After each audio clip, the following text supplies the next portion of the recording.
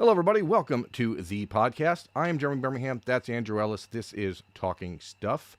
We are doing this live for the first time, and it may have some kinks. It may feel a little wonky, but we're just experimenting with some stuff. And Andrew, we figure why not go live for the first time and talk about terrible news for Ohio State as four-star running back Jordan Marshall, Cincinnati Archbishop Moeller High School, has announced his college commitment, and he is going to Michigan. It's something we talked about on the last Talking Stuff. I said that I thought by the time June came around, Ohio State, would still be the team to pull this out. Thinking that Ohio State was going to get a visit on April 1st, April 7th, and then an official visit in June to try to make up the ground that they had surrendered, essentially, by not getting really involved with Jordan Marshall earlier. That didn't come to fruition. He visited Michigan this past weekend, and clearly Jim Harbaugh, Mike Hart, and crew put the screws to him and said, hey, there's no reason for you to keep stretching this out if you know where you want to go. And clearly for Ohio State, the battle had been uphill for a while, and now it's over as Jordan Marshall picks Michigan. Just initially, what's your first thought about, what this means for Michigan, for Ohio State, and in general, what it means for, the mindset and psyche of Ohio State fans as they try to deal with Jordan Marshall committing to Michigan? So, I think it's a pretty big deal.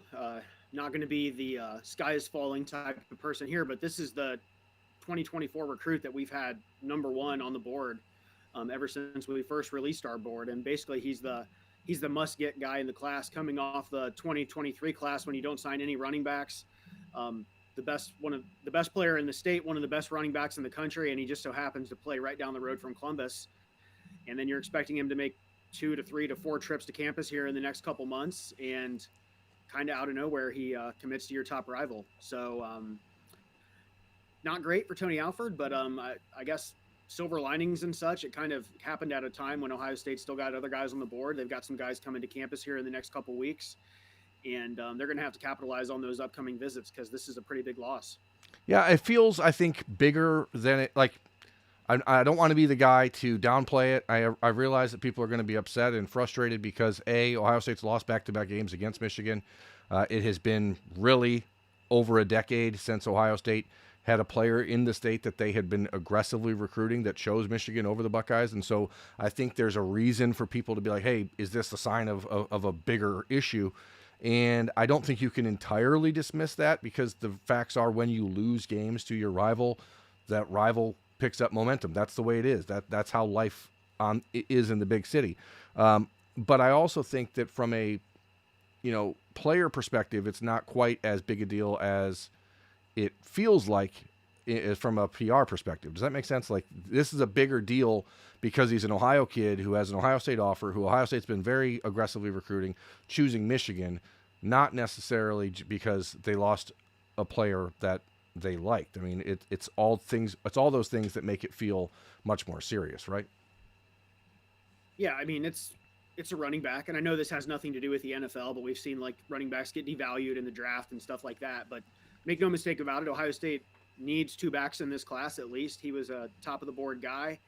It's just funny. We've seen so many times schools like Kentucky come into Ohio and pluck some of those guys who are good enough to play in the Big Ten, but maybe don't have Ohio State offers. And Michigan's gotten a few of those guys this cycle out of Ohio. But we've been saying all along, Bryce West, Aaron Scott, Jordan Marshall, those are the guys that if you lose to Michigan, you're losing out on ones that you absolutely want and priority in-state guys. So it's from just the national perspective, you see Michigan coming into Ohio and pluck in a guy like Jordan Marshall. It's a pretty big deal. But when you look at it, it is a running back. It's still pretty early in the cycle. So there's definitely time to bounce back if you're Tony Alford and Ryan Day. Yeah, I think as I look at it, like, there's a belief, I think, that any player Ohio State wants to recruit inside of the state, they should get, period. And that's sort of become the norm. But I also think it's important to understand that that's not realistic. Think about this, for example. In the class of 2023, there was a 5-star running back whose father played at the defending national champions school, who grew up less than an hour from that school and chose their biggest rival. Okay? Justice Haynes was a 5-star running back whose dad played at Georgia, as Georgia was coming off a national championship, as Georgia was recruiting him extremely hard, who grew up less than an hour from Georgia, and Georgia won another national championship, and Justice Haynes picked Alabama, who also had another 5-star running back in Richard Young committed. Like that, if that doesn't tell you that there's no such thing as a sure thing in college football recruiting, I don't know what is. Like, this always comes down to relationships. And so if you want to nitpick or pick at Tony Alford's effort here in the Jordan Marshall recruitment, I guess it's fair in some ways, because Ohio State clearly was late to the party on Jordan Marshall, but they also started really aggressively recruiting him like last October. So they really were going at him pretty hard in October of his junior year. It's not like they waited until the last minute. This is just a situation where even when we started talking about Jordan Marshall the first time on message boards and stuff like that, there was a sense that as a player, he may be interested in leaving the state and doing some of his own things and kind of treading his own path. So I don't think entirely it feels like a huge surprise, especially coming off the visit to Michigan this weekend. But it feels like a bit of a dagger, just because anytime a kid in the state of Ohio leaves Ohio, it hurts people. But then when you add the insult to injury that it's Michigan, it feels significantly worse. But there are options, and I think that's the most important thing to really talk about here. I'm trying to read comments as this is happening, folks, and so if I look a little bit, scatterbrained, that's why. But let's talk, Andrew, about what's next, because I've already had questions on Twitter from people. Hey, is there a chance that this reopens in December? I don't think so. Jordan Marshall is an extremely focused kid. Like, the reason he does this now is to put all of the conversation behind him, to get rid of all of the scuttlebutt about, oh, if he's going to visit here, what's he going to do? To put it, not to put too fine a point on it, like, the timing of this is as good as it can be for Ohio State in a bad situation, right? I mean, you have in-state running back Sam Williams-Dixon, who Ohio State is viewing, I think, is more of an athlete. He can play multiple positions. He can play defensive back. He could line up in the slot as a wide receiver type. He can play running back. At some juncture, Sam Williams-Dixon is going to commit to Ohio State, and so you have that there. Now, having Jordan Marshall off the board means that it's easier to just say, absolutely, Sam, whenever you want, without having to worry about any potential side effects of that. But then you look at this week ahead. I mean, the next 10 days for Ohio State, you have on Thursday, Jordan Lyle from St. Thomas Aquinas High School down in Florida. He'll be visiting. He's a really good player. Buckeyes like him quite a bit. But the big one is Saturday, when you have James Peoples from Texas, San Antonio, is a Cleveland native originally. He's visiting this weekend. I don't want to put him on like commit watch, because I don't like doing that. But to say that there's no chance of him committing this weekend would be folly. And I think people would be thrilled if James Peoples decides to end his recruitment and commit to Ohio State. And they should be, no matter when that happens. But if it happens 4 days after Jordan Marshall commits to Michigan, like, that's a pretty nice salve on that wound, don't you think? Yeah, absolutely. And those are the two biggest names right now that I think we're looking at. The Peoples and the Sam Dixon Williams. Sorry, but I don't know. I think going back to what you started to say about Tony Alford and the message board chatter and whatnot, I think some of that's absolutely justified. He's had some of these like weird cycles where you miss on Bijan Robinson, but you get Mayan Williams, who's obviously more than outplayed his 3-star ranking. And then you got the class with Travion Henderson and Evan Pryor. But then you have a class like 2023 where they don't get anybody. It's just kind of weird with the way it's gone with running back recruiting. I mean, for the most part, I think Ohio State's run the ball pretty well. But some of his classes are just sort of strange, I guess. So I don't know. But I mean, there's still guys out there. It's a fair criticism. I mean, if we go all the way back to 2016, when Tony Alford, took over. I mean, he came in after the end of the 2015 class when Mike Weber had committed to Stan Drayton, and then Alford took over in February. But you can go back and find question marks. There's no doubt about it. I don't think there's this conception out there or perception out there that Ohio State, like, losing Jordan Marshall is a huge loss because Ohio State recruits running backs better than anybody. Like, that's just not true. Tony Alford picks his guys. He's extremely relationship driven. And I think that you can see the side effects of not being as aggressive with the relationship as he normally is in the Jordan Marshall recruitment. But you go back to 2020, you lose Bijan Robinson and Jalen Knight, and you pick up Mayan Williams late in the cycle. You go out and you get real aggressive with Trey Henderson and Evan Pryor, 2 out-of-state studs. You land them both, but that cycle, the decision came down to essentially Donovan Edwards or those guys. Now, to be fair to Tony Alford, that wasn't Tony Alford's decision to say, Donovan, we're not taking you. Donovan Edwards had every opportunity to commit and was told, hold off by people who were his inner circle, who ended up working at Michigan later. So, I mean, that there's a reason it seems like those people were wanting him to hold off and not commit to Ohio State. 2022, you go out and people, I think, were underwhelmed with Dallin Hayden and that he was the guy that Ohio State wanted in that class. But then if you watch him play a year ago, I think you understand why that was. 2023, you have Mark Fletcher committed for months. Now, that one, I think it's fair to be a little bit like, hey, man, you knew in the big picture that the Mark Fletcher recruitment was going to have a moment where it turned towards being totally about NIL. And to not have a real backup plan in place when that happened was a bit of a concern. On the flip side, Ohio State signed a really good, I know it sounds like whatever, but a really good preferred walk-on running back in Wiltrell Hartson from Massillon Washington High School. And they also didn't lose any running backs from a room that had 5 guys. So you didn't need a running back in 2023. And so that's why you were able to really swing for the fences with Justice Haynes and Richard Young and those 5-star type dudes. But then you don't get any of them. And you're using the fact that in 2024, hey, we need 2 guys because we didn't sign one last year. And then you miss on the one that's closest to home and the one that everyone thinks you're absolutely going to get. That feels worse. Yeah, I agree. And another tough pill to swallow for Ohio State fans is going to be tipping your cap to Mike Hart for the work that he did in this Jordan Marshall recruitment, because, I mean, he won that battle, plain and simple. So that's kind of a tough one to swallow. But, I mean, going back to the other options you said, though, I think if you kind of pencil Sam Williams-Dixon in, even if it is as kind of an athlete, then does Tony Alford go out and get 2 more guys? Like, is this possibly a 2-man running back class plus an athlete?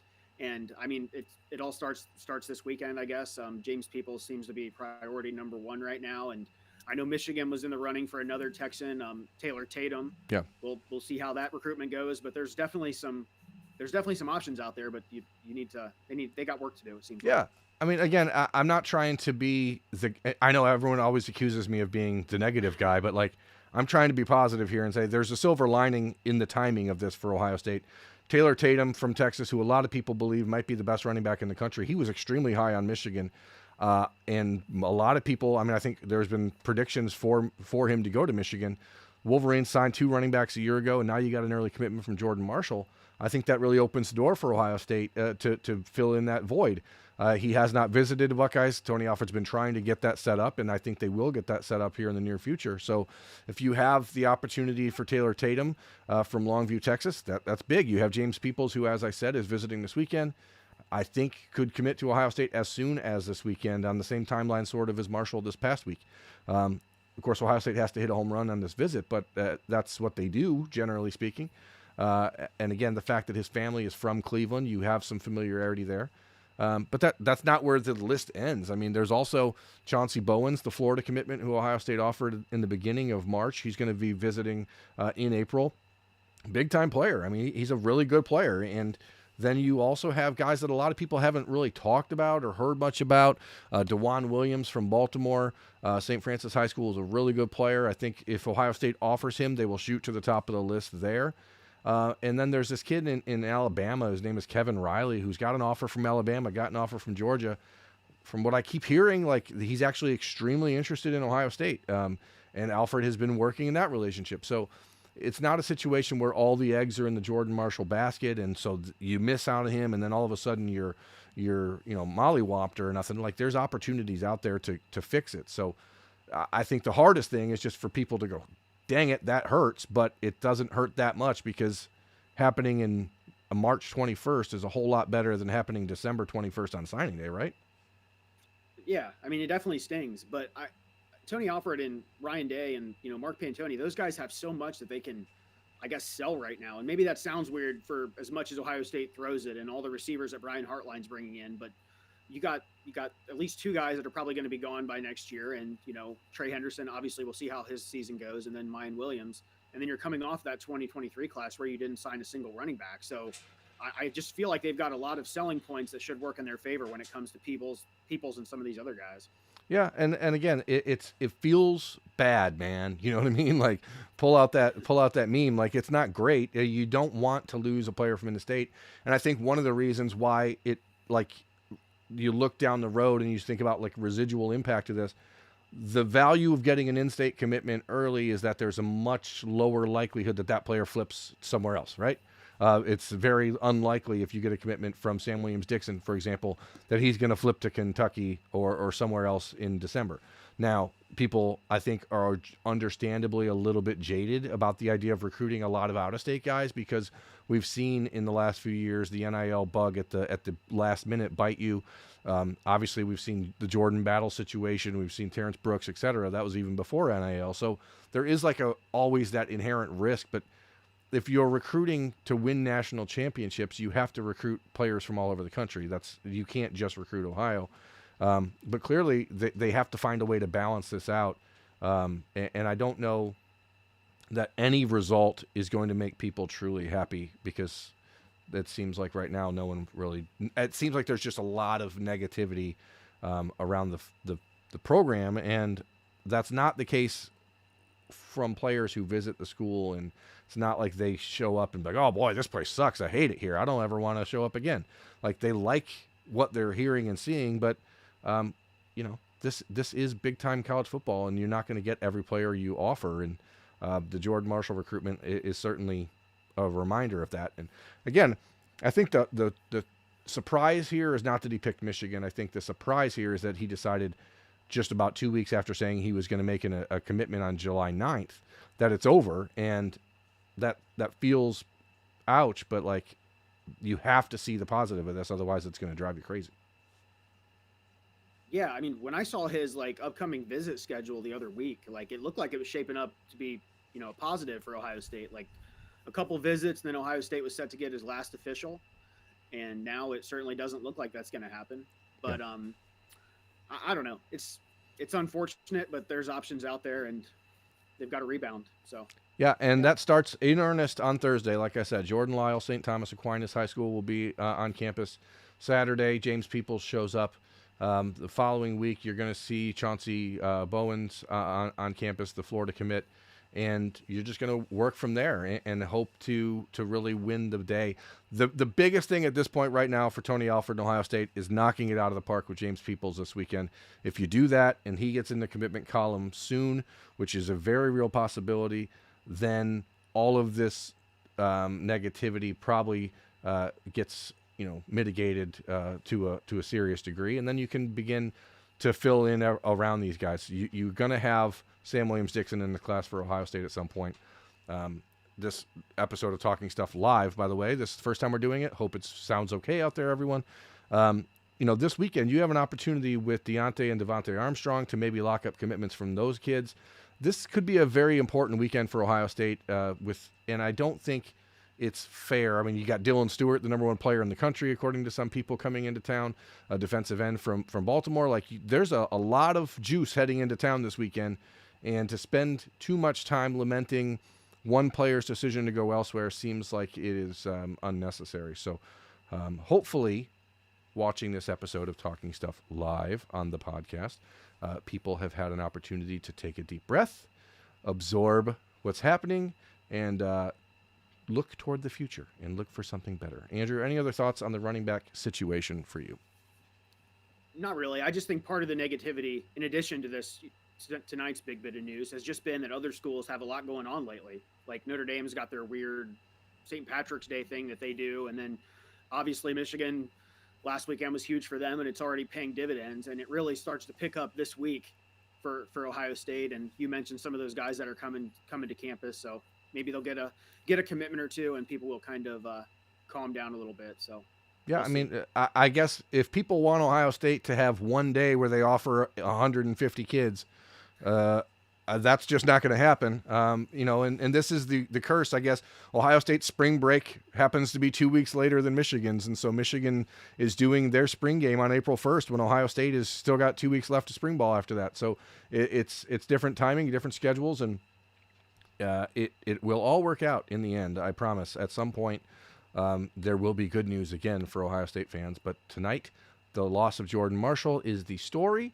Hopefully there will be better news coming for everyone as James Peoples and others roll into town this weekend. You can also, I will have an episode of Bermanology on Wednesday with James Peoples, so you can look for that just to, know him a little bit more for everyone who's wondering who the heck this guy is. That's already, in the works and been recorded, so want to give people something to look forward to with that. Other than that, I appreciate you watching, everyone. Thank you for taking some time to, exhale with us and vent. That's Andrew Ellis. I'm Jeremy Birmingham. This is Talking Stuff live on the podcast. I don't know how often we'll do this, but I do appreciate you guys popping in and checking it out with us.